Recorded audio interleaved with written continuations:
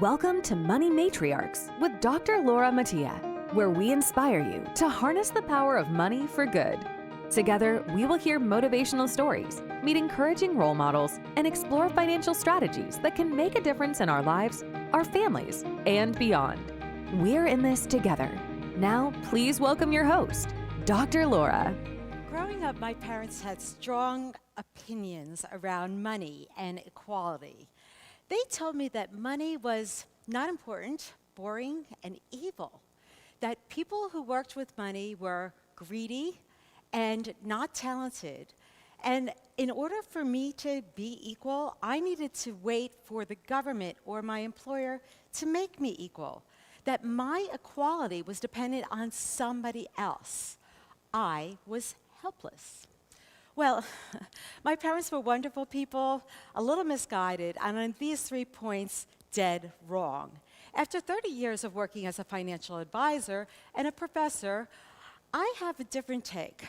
I'm going to tell you that money is very important, and that if you choose to become financially engaged by committing to learn how money works, that you can choose to be equal. You are not helpless.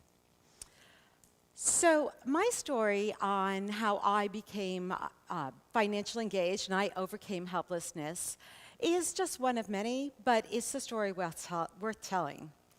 Picture this. I am 17 and my father has just landed a job 500 miles away. My whole family has moved, leaving me behind. They decided that maybe it would be best for me to stay in New Jersey where I could qualify for in-state tuition. My parents wanted me to go to college, but they didn't have money to pay for it. All my childhood, my family struggled with money. Is there any wonder with a mindset that says that money is evil? So my parents had made a lot of bad decisions, including leaving me by myself to figure things out. But I found a job working as a waitress at a local restaurant. But after I paid for my tuition, there wasn't a lot of money left over. I told my roommates that I was going to have to move out. I didn't tell them that I couldn't afford to pay the rent. I was embarrassed. I just leave. I packed my car and I put all my clothes in the back of my car, and I make a list of all the people I'm going to visit in New Jersey and New York who hopefully will invite me to spend the night staying on their couch. I am very grateful when they invite me for dinner, and if they don't, I don't eat. I continue on all through my college years like that until I graduate, and I get married. Yes, I was way too young to get married, but I thought it was a good idea because, well, I liked him a lot, and although I really don't like admitting this to you, I don't even like admitting it to myself, marriage provided an opportunity for financial security. There, I said it. I was dependent and I was helpless. It seems today a lot of women still feel helpless. To feel helpless, you feel incapable, ineffective, like your voice doesn't matter. But I ask, raise your hand if you've never felt ineffective at something in your life. Most of us can't say that, right? I mean, the truth is that as a woman, there are times where I feel like I'm encouraged to be helpless. Those stereotype messages that still linger in my head tell me, let him drive. Let him take over the finances. Let them make the decision for you. I've been sitting in the passenger seat of my own life, helpless. Well, finally, over time, I've learned that the only way that I could stop feeling helpless was if I took ownership. I needed to become crystal clear in my own head of my wants and needs so that nobody else could make choices for me. Once I understood that, my life changed forever. My story can change other people's lives too. Maybe it's just one single woman who will listen to me. Hopefully more than my children do. I plan to convince her that she should become financially engaged. Okay, I see some of you looking at me with those doubtful eyes. Money's not important, boring, evil, who cares? Really? You too? Well, she should care. We all should care because if she becomes financially engaged, she will be far from helpless. She will be able to protect herself from financial distress or even disaster. And also, she will be able to live her life on her own terms, consistent with her own dreams. And also, she will be able to make smart decisions for her family, her community, her workplace. And also, she will be able to participate in the big decisions that shape our world, finding meaning, purpose, joy, and well being in her life, all because she's financially engaged 100%. Am I saying that all women are helpless or not financially engaged? Of course not. But there are some women that have overlooked or perhaps ignored because they think it's not important, boring, or evil, the importance of financial engagement. Being financially engaged, understanding how money works, allows us to participate as equals. Two unlikely co-conspirators, money and equality, or maybe not so unlikely.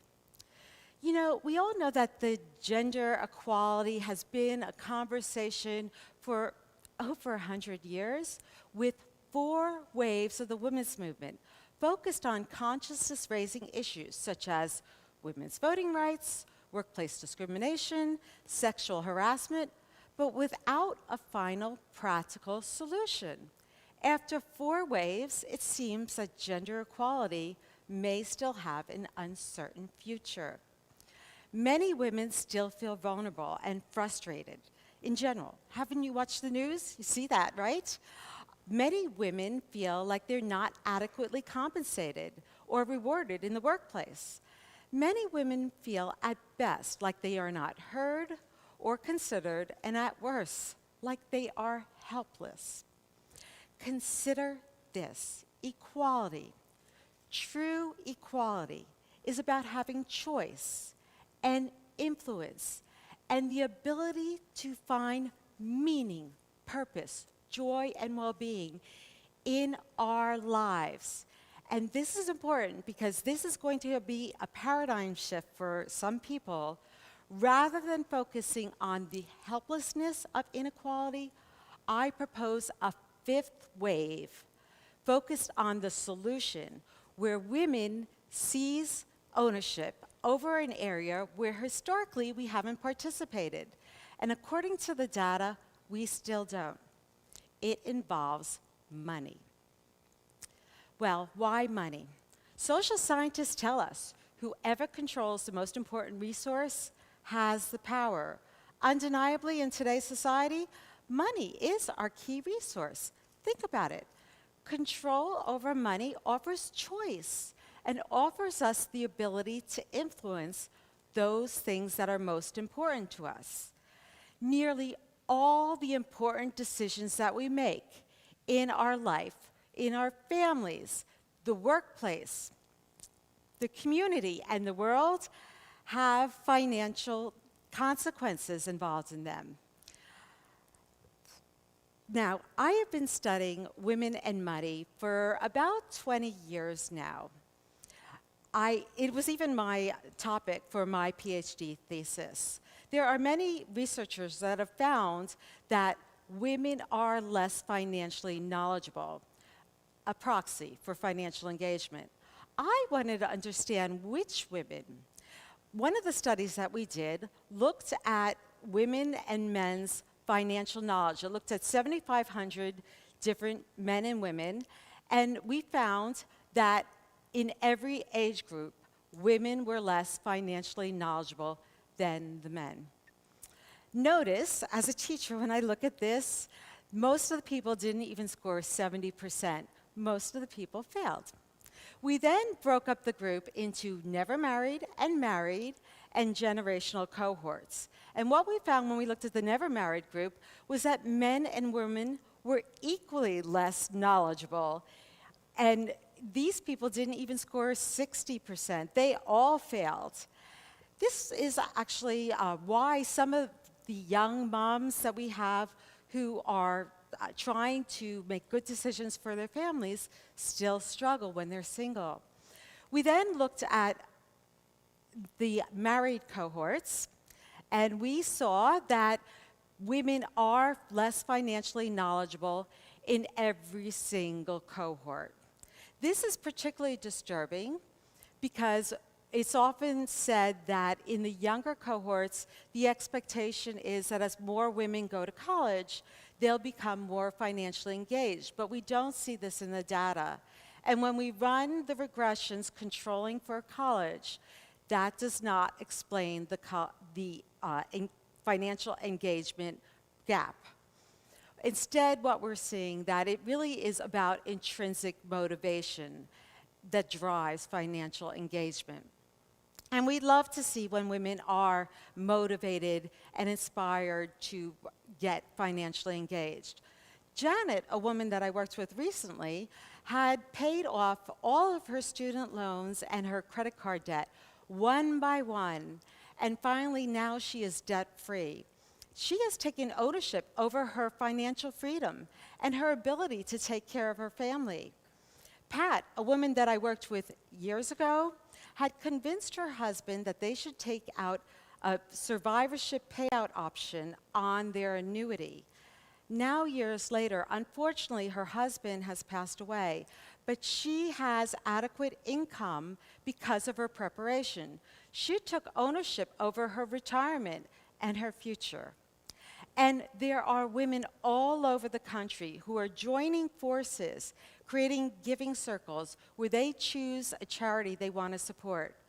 A lot of these women don't necessarily have money themselves, but they have the ability to influence and direct where the money is going.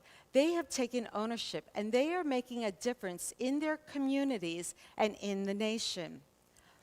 Unfortunately, as a financial professional advocating for women, I receive hundreds of phone calls from women all over the country who are having trouble. It's heartbreaking because many of the problems that they have could have been prevented. We have other people throughout the country who are also supporting women, but we are a small army. We can't reach all the women. Besides, I am tired of helping women after they get into trouble and their lives are in shambles. I don't want to tell another 65-year-old woman that she can't stop working, or a newly divorced mom that she has to sell the house that her children call home, or the young family that they can't take their children on vacation because their debt is out of control.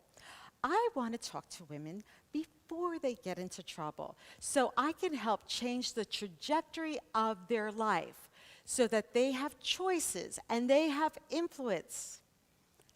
That's why we need a revolution. That's why we need the fifth wave. Financial engagement is not just about money. It's bigger than money. It's about equality. So women, take ownership. Proactively seek financial engagement. Go take that finance class. Sit down and review your budget. Ask questions, ask lots of questions before you sign any documents. And please, please, please, most importantly, pay attention to all the financial decisions that are being made in your life. The rest of us, let's make a pact right here, right now, that we're going to support all the women in our lives, our daughters, our sisters, our moms, our wives, and encourage them to become financially engaged so that they too have choices.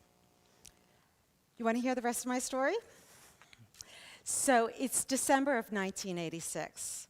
My first husband, the one that I married for financial security, comes home and tells me, I lost my job, we have no money. Ironic, right? Well, it's not like I've never been out of money before. I've experienced this all through college. But this time, as my husband is telling me we have no money, this time is different. This time I have somebody dependent on me. I have a child. There is no way I'm going to allow my child to endure the same hardships that I went through. My maternal instinct goes into superdrive. It's on this day that I decide to go enroll in a finance class at my local university, actually my alma mater, 10 miles down the road. It's on this day that I decide that I'm going to take ownership over all the financial decisions in my life. It's on this pivotal day that I am no longer helpless. And I am humble and grateful to tell you that after 30 years, I own my choices, I have influence, and I am equal. The women's movement has been said to have occurred in 4 waves. Let's make the 5th wave the last wave. Let's make the 5th wave about promoting financial engagement for everybody. Imagine a world where women work with men side by side, coming up with the answers to all the problems that we have in the world as equals, with financial knowledge, with new ideas, with new ways of thinking. That's equality. That's the 5th wave. Thank you. Thanks so much for joining us on this episode of Money Matriarchs with Dr. Laura Mattia. If you like what you've heard and found it helpful, please like and subscribe to the show so we can inspire all women to harness the power of money for good. Stay inspired, and we hope you'll join us again in the next episode of Money Matriarchs.